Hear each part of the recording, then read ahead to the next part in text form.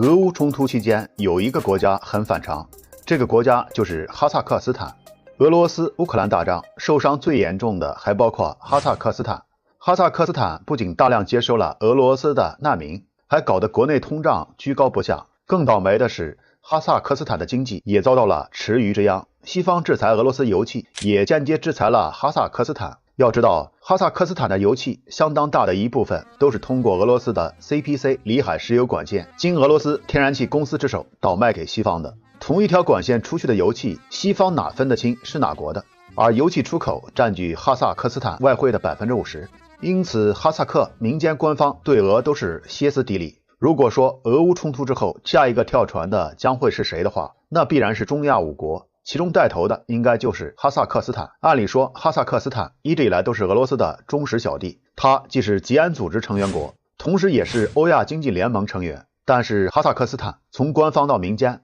都反对俄罗斯对乌克兰的特别军事行动。一些哈萨克斯坦议员表示，俄罗斯的下一个特别军事行动的对象可能就是哈萨克斯坦。民间就更夸张了，哈萨克族普遍同情乌克兰人，哈族人居然支援了乌克兰很多物资，包括帐篷、药品以及衣物等，就差没提供武器了。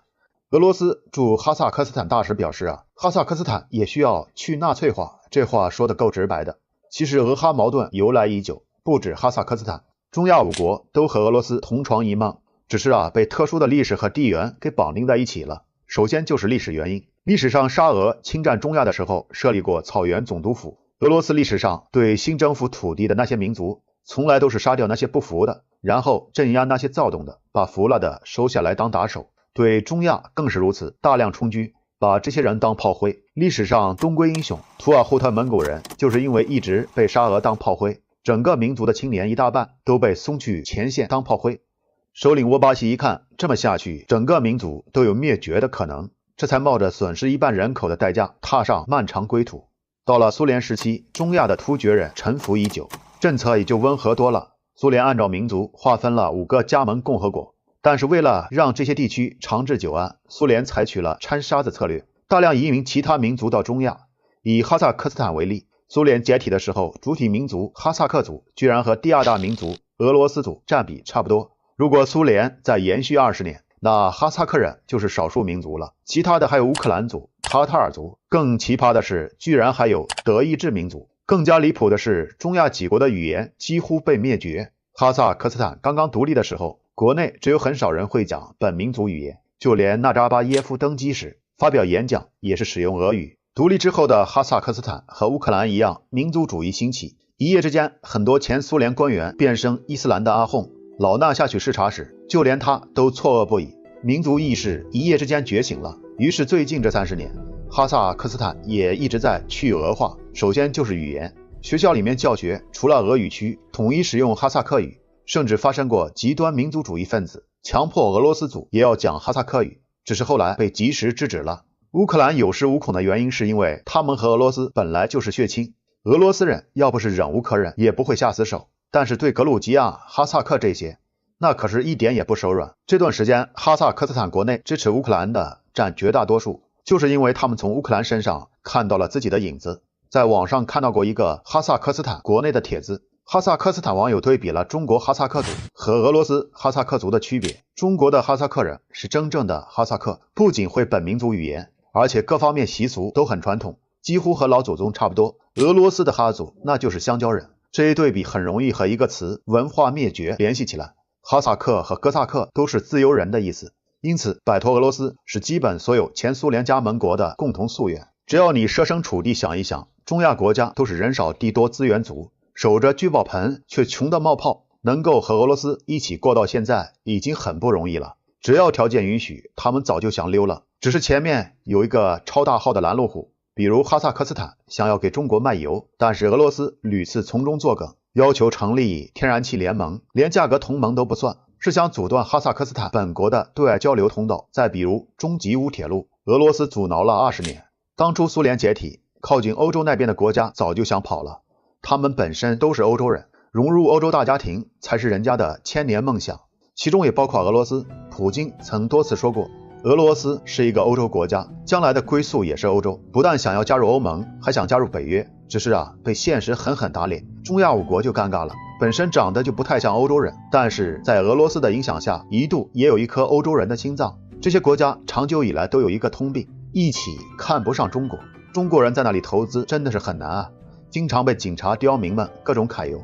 一直以来都不敢去做生意的。现在就要好多了，大概在10几年前吧，经常发生打砸中国厂子、阻挠中国企业施工的这种事情。究其原因，就是认为自己是苏联下的崽，中国是苏联的小弟，因此对中国乃至中国人都是居高临下的姿态。不过中国飞速发展，慢慢的被中国甩开了，心态也在悄悄然改变。眼看俄罗斯越混越穷，中亚的几个斯坦最初的选择是欧洲，甚至远在千里之外的美国。很多年前，2个在中国留学的法国小伙子决定骑车从中国回到法国，沿着前辈马可波罗的足迹来一次丝路之旅。经过中亚，他们发现中亚人对欧洲人异常热情，不仅吃喝不要钱，还动辄邀请他们住豪宅。一方面，中亚人确实普遍热情好客，更大的原因是对西方的崇拜，都想去欧洲开开眼界。民间如此，官方更是对欧洲心向往之。只是有一个困局，他们和欧洲之间隔着俄罗斯，想要和欧洲做买卖，必须经过俄罗斯的同意。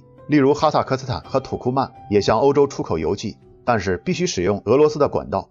这条管道被称为 CPC 里海石油管线。这条管道说白了就是俄罗斯绑架哈萨克斯坦的工具。当初哈萨克斯坦想要把油气卖到欧洲，那就需要修建管道到黑海，然后通过海运卖到欧洲。理论上也可以走里海海底到阿塞拜疆，然后运到土耳其。那样的话，几个突厥国家就搞到了一起。这是俄罗斯无论如何都不会同意的，一直在阻挠。无奈的是，当地还有俄罗斯驻军，他们和日本面临相似的困境。例如土库曼一度也想修建管道，经过里海海底通往阿塞拜疆，然后到土耳其，就被俄罗斯利用里海的环境问题给搅黄了。俄罗斯一直视中亚为自己的后院，一直防止外来国家染指，东边防中国，西边防着土耳其。因此哈萨克斯坦只能选择俄罗斯的方案。 CPC 里海石油管线真的是非常坑啊，走的是哈萨克斯坦最北面的阿斯特拉罕沙地，沿着里海穿越北高加索，然后到黑海的出海口俄罗斯新罗西斯克港，完全被俄罗斯掌控着。哈萨克斯坦还被迫加入了欧亚经济联盟，彻底上了俄罗斯的船。只要俄罗斯看哈萨克斯坦不爽，就以管线维修为名给哈萨克斯坦上眼药，而且还非常不厚道的从哈萨克土库曼身上揩油。比如俄罗斯生产的油气按照品质可以分为乌拉尔原油、太平洋原油等等。俄罗斯利用里海的石油管线，把哈萨克斯坦生产的低硫高品质油和俄罗斯本地出产的高硫乌拉尔原油相混合，然后高价卖给欧洲。所谓的 CPC 混合油就是这么来的。俄罗斯是明火执仗的占哈萨克斯坦的便宜，只是这吃相实在是有点难看。对待另外一个中亚国家土库曼更过分。我们都知道连接欧洲的俄罗斯北溪2号管道爆炸的事，其实俄罗斯也曾这么干过，不过是为了拿捏土库曼斯坦。土库曼斯坦探明的天然气储量是排在俄罗斯、伊朗、卡塔尔之后的第4大国。俄罗斯供应欧洲的天然气大约有 25% 是土库曼斯坦的天然气，俄罗斯从土库曼低价购买，然后高价卖给欧洲。土库曼斯坦每年通过乌兹别克的管线向俄罗斯出售420亿立方米天然气，1000立方米价格是100美元，但是经过俄罗斯一转手，卖到欧洲的价格是1000立方米250美元。俄罗斯这是在玩空手套白狼，土库曼还得求着俄罗斯购买，这么干也是没办法，没有自己的管道，无法独立自主。俄罗斯做的更过分的是，遇到油价走低的时候，倒卖天然气也就没有那么大油水了。这个时候为了自己少受损失，通常还会强制土库曼减产。土库曼那也是能源依赖很强的国家，减产的话，国内抗议声浪不断。俄罗斯多次这么搞，土库曼人哪能受得了？于是俄罗斯放了个大招，土库曼通往乌兹别克的天然气管线发生了爆炸，和北溪2号如出一辙。管道维修这事还只有俄罗斯人能干，多久能修好就看天然气价格的走向了。俄罗斯能反复的拿捏中亚，就是因为切断了中亚国家的对外交流通道，再加上苏联的余威尚存，让中亚国家老老实实的当了几十年的附庸。但是随着俄乌冲突打成了这样，苏联的余威已经被耗尽了，再加上俄罗斯经济这条船眼看就要沉底了，船上仅有的几个耗材也只有跳船这一条路了。这对中国倒是一个机会。我们很长时间的一个困境就是向西之路被阻断，基本原材料价格抬高了制造业的成本问题，这些西边的邻居可都有。中国既然能把武器卖给巴基斯坦，为什么又要区别对待，故意冷落关系更好的朝鲜呢？最近就在中国新春佳节之际，一道喜讯突然从卡塔尔传回国内。据巴基斯坦媒体报道，就在今年年初，受到主办国卡塔尔的邀请，巴基斯坦派出空军部队参加了一场多国联合演习。而此次巴基斯坦空军驾驶的正是前段时间中国刚刚顺利交付的歼10CE型战斗机。最终，中国出口的战斗机不辱使命，以9-0的夸张战绩取得完胜，让卡塔尔空军斥巨资购买的欧洲台风战斗机黯然失色。消息传回国内，顿时引得军迷们一片沸腾。而在欢欣鼓舞之余，就有一些朋友提议，应该把经过检验的歼10CE卖到更需要它的地方去，例如中国的唯一军事同盟国朝鲜。可面对这些军迷朋友的提议，军事专家们却罕见的集体给予否决。对此，有专家给出了3个理由，而最后一个最为致命。首先，第一个理由是中国的战略部署。为什么巴基斯坦能够得到中国的武器呢？2022年3月11号，在巴基斯坦的卡姆拉空军基地，中国向巴基斯坦交付了首批6架歼10CE型战斗机。消息一经传出，顿时引得巴基斯坦国内一片沸腾。时任巴基斯坦总理伊姆兰汗更是亲自到场迎接，发表演讲，也毫不吝啬对中国的感激之情。其实，作为一个军工业并不先进的国家，巴基斯坦进口国外武器的情况并不罕见。然而，像这一次接受歼10CE型战斗机时弄得如此隆重，却是寥寥无几。那么，这到底是为什么呢？实际上，这一切都还要谈到另外的一个国家，那就是印度。原来，就在这场交机仪式举行的前2天，刚刚发生了震惊世界的39事件。印度一枚波拉莫斯巡航导弹不慎落入了巴基斯坦境内。虽然这起事件并没有造成人员伤亡，但还是让巴基斯坦全国上下感到愤怒不已。所以在接收中国战机的现场，巴基斯坦总理伊姆兰汗才会特意强调，虽然巴基斯坦人民热爱和平，但如果有人敢对巴基斯坦有其他心思，那么我们也不会畏惧，一定会坚决反击。冰冻3尺非一日之寒。事实上，就算没有这起误炸事件的发生，巴基斯坦与印度的关系也好不到哪里去，甚至可以说2个国家之间的相互仇视早已是全世界默认的事实。但如果单单从2国的国力来看，印度几乎能够实现碾压巴基斯坦的局面。所以在多次的印巴冲突当中，印度基本都能够成为赢家，甚至在1965年的时候险些将巴基斯坦亡国。而之所以印度最后没能得逞，很大程度上就是因为中国的出手助援。实际上，虽然印度和巴基斯坦都是中国的邻国，但比起巴基斯坦，印度绝对称得上是一个恶邻。不仅毫不掩饰自己向外扩张的野心，直到今天还计划对中国的藏南图谋不轨，而且还总是使坏，在国际上给中国各种下绊子，希望着能把中国拉下水。在这样的情况之下，巴基斯坦对中国来说就极为重要。2015年，一位名叫张志坤的专家发表文章称，巴基斯坦事实上是抗衡印度的主力，有这个主力摆在那里，中国面向南亚大陆的战略就游刃有余。既如此，中国帮助巴基斯坦也是顺理成章的。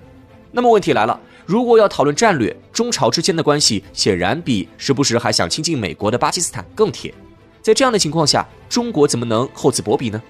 事实上，如果要回答这个问题，那么就必须仔细比较巴基斯坦与朝鲜2个国家的不同。这也是第2个原因的所在，那就是朝鲜的未知性实在太大。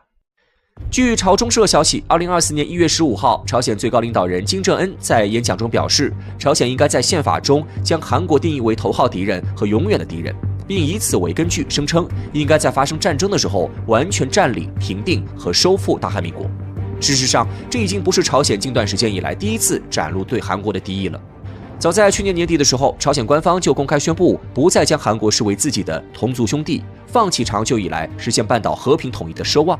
当然，朝鲜会做出这样的决定，最主要的诱因还是美国的逼迫。在美日韩3国频繁挑衅的背景下，朝鲜只能被迫走出这一步。但不管怎么说，朝鲜半岛如果因此走向战争，绝对不是中国希望看到的。1953年，朝鲜停战协定签订。需要注意的是，这份协议是一份停战协议，而非和平协议。韩国一方都没有参与签署。前韩国外交部长卞荣泰曾公开叫嚣，韩国不认为有义务遵守停战协定。所以从客观上来说，现在的朝鲜半岛仍然处于暂时停战状态。如果现在双方有一方动手，战争随时都可以再次开始。而在半岛问题上，中国向来提倡用和平手段解决矛盾，维持半岛的稳定。正因为这样，中国不能像对巴基斯坦那样给朝鲜提供武器。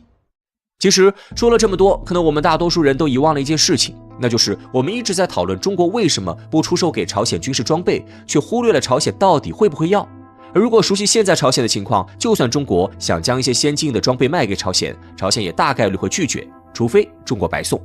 为什么呢？因为现在的朝鲜是真的穷。实际上，现在中国的歼 10C 型战斗机在国际舞台上大放异彩，朝鲜说不眼红那肯定是假的。毕竟现在朝鲜绝大多数的战斗机仍为苏联时期进口的苏25和苏7这些第一代、第二代战斗机。